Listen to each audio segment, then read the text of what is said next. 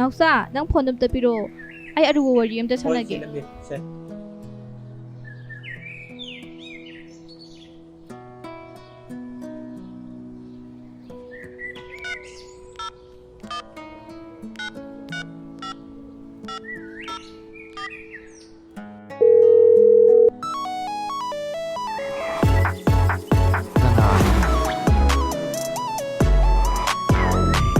Hello, kana? Hello ꯑꯩ ꯂꯦꯝꯕꯤꯅꯦ ꯅꯪ ꯄꯥꯎ ꯑꯃ ꯇꯥꯔꯝꯈꯤꯔꯣꯏ ꯊꯥꯁꯅꯥꯗꯣ ꯑꯅꯥꯕ ꯍꯧꯔꯛꯄꯗꯒꯤ ꯏꯝꯐꯥꯜꯗ ꯂꯥꯏꯌꯦꯡꯕ ꯆꯠꯈ꯭ꯔꯦ Kaya na ba no? Ay tadi na.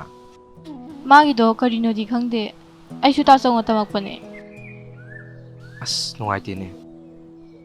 Ado di mga imphal tayo ba ng paladra? ꯍꯦ ꯃꯣꯏ ꯄꯥꯎ ꯌꯥꯎꯕꯅꯤꯅ ꯀꯃꯥꯏꯅ ꯆꯪꯉꯨꯅꯤ As, ado ju sumin eh. Ado, ay mo miyang yada yada ka na, iba ni tasat ke. ꯍꯣꯏ ꯑꯩ ꯄꯥꯎ ꯂꯧꯈꯤꯒꯦ ꯑꯗꯨꯒ ꯅꯉꯣꯟ ꯈꯪꯍꯜꯂꯛꯑꯒꯦ Ado din niya, pao tun loro. Ado ay ngong kangalo ba? ꯍꯣꯏ ꯍꯣꯏ ꯑꯗꯨꯗꯤ ꯊꯝꯃꯒꯦ Tama tama. ꯁꯦ Kaya no yung hayo. Mga pao ang piwi.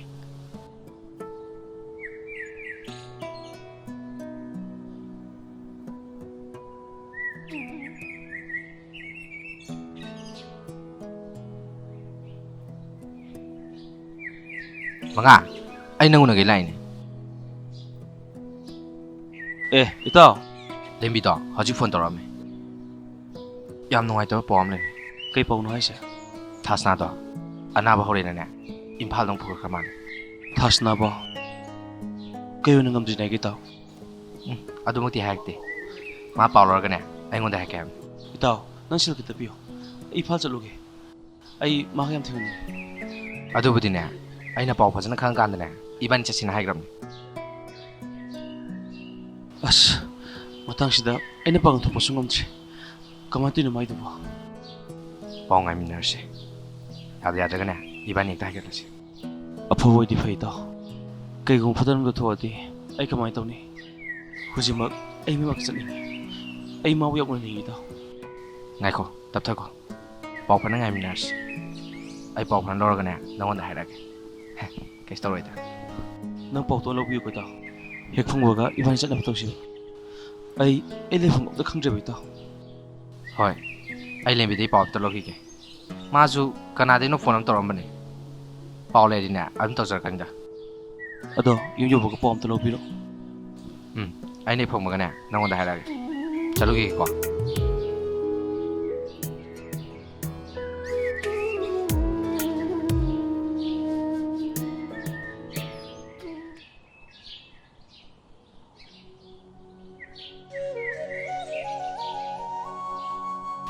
이베마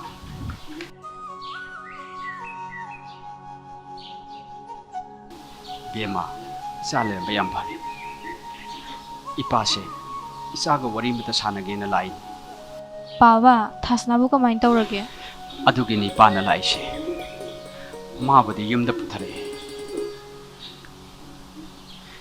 ipana haidoise isa nupi ga khangna jabani padu saga su khangne Sana mabu ekhoida amukta poro ipa umaga sanaga dabo wari kharali ꯍꯣꯏ ꯑꯩ ꯍꯥꯏꯈ꯭ꯔꯒꯦ ꯄꯥꯕ ꯑꯗꯣ ꯄꯥꯕ ꯊꯥꯁꯅꯥꯏꯁꯤꯕꯨ ꯀꯩ ꯂꯩꯅꯥꯅꯦ ꯍꯥꯏꯒꯦ kasu aruba lainadi nateda mana anaba khangba haitaduna tawrini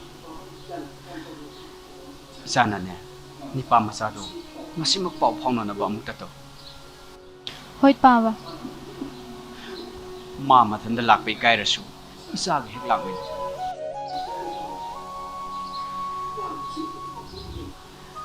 aigi isagi apambase ipana masimatangdi pangtho mage hain khalle masimadi sana yanam khara sinbiyuko ipa chalage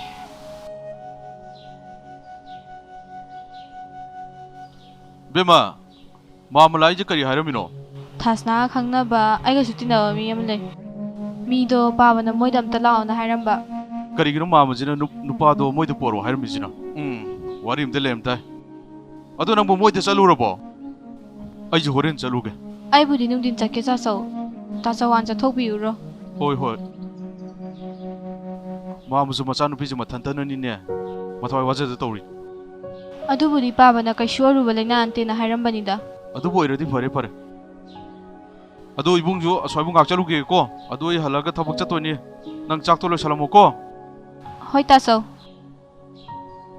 ꯊꯥꯁꯅꯥ ꯅꯪꯕꯨ ꯅꯁꯥꯗꯣ ꯈꯔ ꯅꯨꯡꯉꯥꯏꯔꯕꯣ ꯍꯣꯏ ꯅꯨꯡꯉꯥꯏ ꯑꯗꯨꯕꯨ ꯏꯁꯣꯟ ꯁꯣꯟꯒꯨꯝ ꯇꯧꯏꯗ ꯊꯨꯅ ꯐꯖꯔꯛꯁꯤꯅꯤꯗ ꯍꯤꯗꯥꯛ ꯈꯔ ꯆꯥꯕ ꯏꯁꯥꯁꯦ ꯏꯅꯝ ꯅꯝꯃꯤꯗ ꯌꯦꯡꯕꯗꯗꯤ ꯀꯩꯁꯨ ꯇꯧꯗ꯭ꯔꯦꯗ ꯈꯔ ꯈꯔ ꯌꯥꯝ ꯆꯥꯁꯤꯜꯂꯣ ꯊꯨꯅ ꯐꯅꯕ ꯆꯥꯅꯤꯡꯕꯗꯣ ꯐꯥꯎꯗꯦꯗ ꯑꯗꯣ ꯅꯪꯅ ꯆꯥꯅꯤꯡꯕ ꯀꯩꯅꯣꯝ ꯍꯥꯏꯔꯛꯑꯣ ꯑꯩ ꯊꯣꯡꯕꯤꯔꯝꯒꯦ ꯅꯪ ꯍꯣꯔꯦꯟ ꯅꯨꯡꯗꯥꯡ ꯊꯕꯛ ꯂꯣꯏꯔꯒ ꯑꯩꯈꯣꯏꯗ ꯂꯥꯛꯑꯣ ꯑꯗꯨꯒ ꯊꯣꯡꯕꯤꯔꯔꯣꯕ ꯅꯪꯒ ꯄꯨꯟꯅ ꯆꯥꯔꯗꯤ ꯈꯔ ꯆꯥꯗꯧ ꯃꯥꯜꯂꯦ ꯑꯗꯣ ꯀꯩ ꯊꯣꯡꯁꯦ ꯍꯥꯏꯅꯣ ꯆꯝꯊꯣꯡ ꯑꯃꯒꯅꯦ ꯄꯥꯛꯅꯝ ꯑꯃꯒ ꯇꯧꯁꯤ ꯑꯗꯨ ꯑꯣꯏꯔꯗꯤ ꯈꯔ ꯆꯥꯒꯗꯕ ꯃꯥꯜꯂꯦ ꯇꯧꯁꯦ ꯇꯧꯁꯦ ꯑꯩ ꯂꯥꯁꯨ ꯍꯦꯛ ꯄꯣꯔꯛꯀꯦ ꯀꯃꯥꯏꯅ ꯇꯧꯔꯤꯅꯣ ꯈꯪꯗꯦ ꯏꯁꯥꯁꯦ ꯅꯣꯡ ꯅꯤꯅꯤ ꯃꯅꯨꯡꯗꯅꯦ ꯏꯁꯣꯟ ꯁꯣꯟꯈꯤ ꯑꯗꯨꯅꯤꯅꯦ ꯑꯅꯥꯕ ꯍꯥꯏꯁꯦ ꯅꯪ ꯆꯥ ꯂꯣꯟꯕꯤꯔꯛꯑꯣꯔꯥ ꯊꯛꯅꯤꯡꯗꯦ ꯄꯥꯕꯗꯤ ꯀꯥꯏ ꯆꯠꯈꯤ ꯅꯪꯅ ꯁꯣꯜꯂꯤ ꯁꯣꯜꯂꯤ ꯇꯧ ꯂꯩꯔꯕꯅꯤꯅ ꯄꯥꯕꯁꯨ ꯌꯨꯝꯒꯤ ꯀꯨꯞꯅꯣꯝꯗ ꯌꯥꯝ ꯋꯥꯔꯝꯃꯅꯤꯅ ꯊꯕꯛ ꯄꯨꯝꯅꯃꯛ ꯄꯥꯕꯅ ꯂꯣꯏꯅ ꯇꯧꯔꯤꯅꯤ ꯑꯩꯈꯣꯏ ꯄꯥꯕꯁꯦ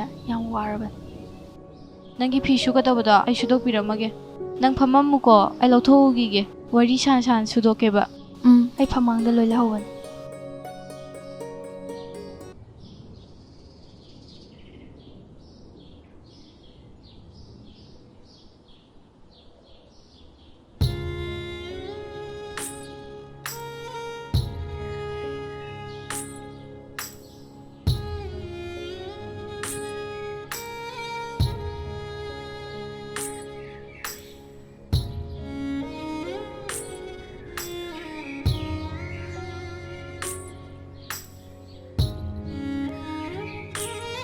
이붕어 팜 ꯊꯥꯁꯅꯥ ꯁꯤꯕꯨ ꯀꯩ ꯂꯩꯅꯥ ꯅꯥꯕꯕꯣ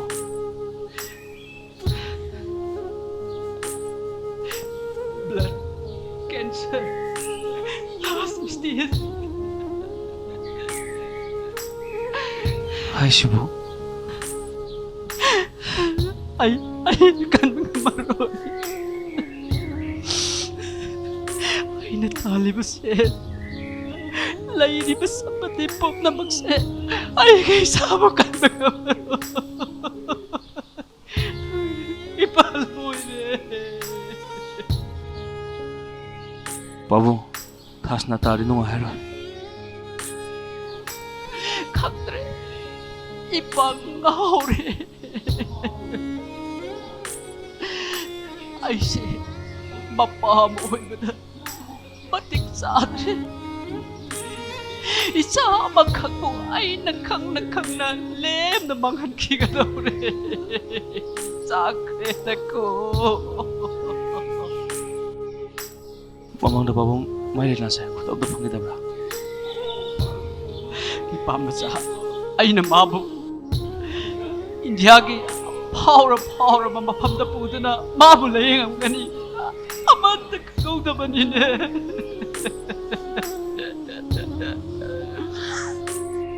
ꯄꯥꯕꯨꯡ ꯍꯧꯖꯤꯛꯇꯤ ꯌꯦꯡꯕꯁꯨ ꯉꯝꯃꯔꯣꯏ ꯍꯥꯏꯕ ꯗꯣꯛꯇꯔꯅ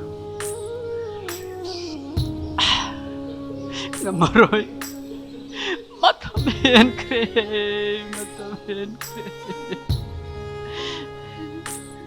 dungo ana nangonda karigumba matani jage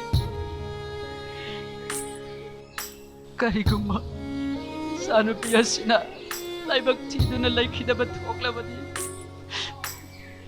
nangbu isa saktuna yokpagi ayaba matangdi nangna pidi ꯑꯩ ꯂꯣꯏ ꯌꯥꯖꯒꯅꯤ ꯄꯥꯕꯨꯡ